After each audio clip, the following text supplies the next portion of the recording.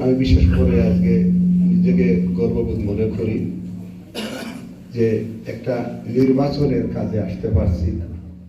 Vote দিও কেতলি মার্কায়, এ মার্কা জনগণের। মাওলানা হুসামউদ্দিন দোয়া প্রার্থী সকলের। ভোট দিও কেতলি মার্কা। আমরা খুশি না বেজার? তাহলে তিনার জবান থেকে আমরা এটা জানতে পারছি, তিনি যদি পার্লামেন্টে যান, প্রথম দিক হলো জকিগঞ্জ খানাইঘাটবাসীরা আমরা দৈন্য হব। কারণ যাদেরকে আমরা পার্লামেন্টে দিয়েছি অতীতে সবাই ভালো মানুষ ছিল, যোগ্য মানুষ। কিন্তু বর্তমান পৃথিবী হচ্ছে স্মার্ট পৃথিবী, ফাস্ট পৃথিবী, ডিজিটাল পৃথিবী।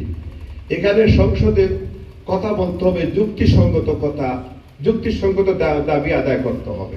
যে আল্লামা হুসামউদ্দিন চৌধুরী, যার জবান থেকে জীবনে কটু কথা শুনি নাই, রাগের কথা শুনি নাই, তিনি প্রধানমন্ত্রীর দরবারে মুস্কি হাসি দিয়ে মৃদ কণ্ঠে একটা বোমা ফাটাইছিলেন।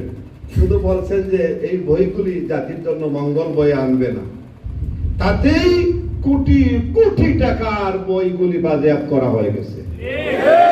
এখন তিনি যদি এই জাতির জন্য যে সংসদ থেকে আইন তৈরি হয়, আইন প্রয়োগ করা হয়, সেই সংসদে যদি তাপরা দিয়া কথা বলেন, এই জাতির বাক্য পরিবর্তন হবে কিনা বলেন?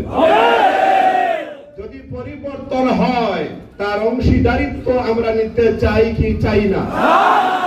জবানে বলছি তো, তাহলে আমাদের সেইভাবে কাজ করতে হবে। এই জাতির পরিবর্তন আসবে। এই জামানার উমরের ভূমিকা, তিনার বক্তব্য থেকে আমি এটা যেটা পেয়েছি, হযরত ওমর রাদিয়াল্লাহু তাআলা আনহু যেইভাবে করেছেন, তিনি জকিগঞ্জ খানাইঘাটবাসীর জন্য এইভাবে শুরু করবেন। কতদিন বলেছেন, আমি বেঁচে থাকলে জকিগঞ্জ কানাইঘাটের মানুষ দরজা খুলে রাতে ঘুমাইতে পারবে। যদি তিনি ফাঁস করেন, তাতে খুশি না বেজার? তিনি কেন আসছেন? ওই যে 18 সালে আমিও লন্ডন ছাত্রদল লন্ডন, ওনাকে লন্ডন থেকে জোর করে দেশে আনা হয়েছে, কিন্তু উনি রাজি না। বড় সাহেবের কাছে গেছেন, আমি তো চাই না। তারপরেও তিনি দেশে আইসা বলছেন যে আমি এটা ক্ষমা চাই, কারণ এটা আমার পক্ষে সম্ভব না। ওনাকে চাপ দেওয়া হয়েছে, উনি যাইতে রাজি না। কারণ ওনার জন্ম হয়েছে সোনার চামচ মুখে দিয়ে। বাড়াই বললাম নি, উনি যদি লন্ডন থাকেন রাজার হালে থাকতে পারবেন, আমেরিকা থাকলে রাজার হালে থাকতে পারবেন, সিলেট বসে থাকলে রাজার হালে বসতে পারবেন, এবং বাড়িতে বসে থাকলেও সোনার চামচ মুখে দিয়া রাজার হালে দিন কাটাইতে পারবেন। তো এই মানুষ কেন ঘরে ঘরে ঘুরতেছেন? কেন ঘুরতেছেন? এই সাহেবের পরিবার থেকে কোনো মানুষ কোনোদিন কোনো ওয়াজের বিনিময় চাইছেন বলেন? চাইছেন? কেন ঘরে ঘরে যাচ্ছেন? কেন শ্রম দিচ্ছেন? ক্রিয়ার খরচ করে নিজের তেল জ্বালাইয়ে পরিশ্রম দিচ্ছেন একমাত্র দিনের জন্য, আল্লাহর রাস্তায় দিনের জন্য সময় দিচ্ছেন, সময় ব্যয় করতেছেন, শ্রম দিতেছেন আপনার আমার জন্য।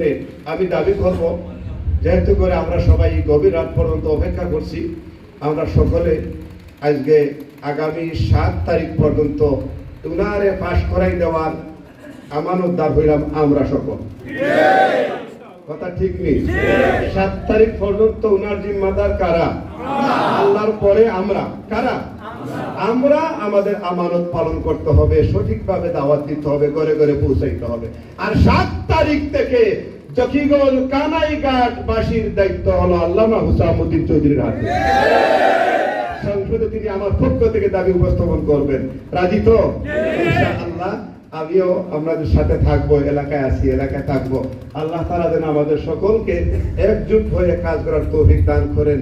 আমাদের এখানে বিভিন্ন জায়গা থেকে, দূর দূরান্ত থেকে কিছু মানুষ আসছেন এবং বিভিন্ন মতাদর্শীরা আছেন, হিন্দুরাও আছেন, সবাই আপনার ভালোবাসার টানে আজকে আসছেন।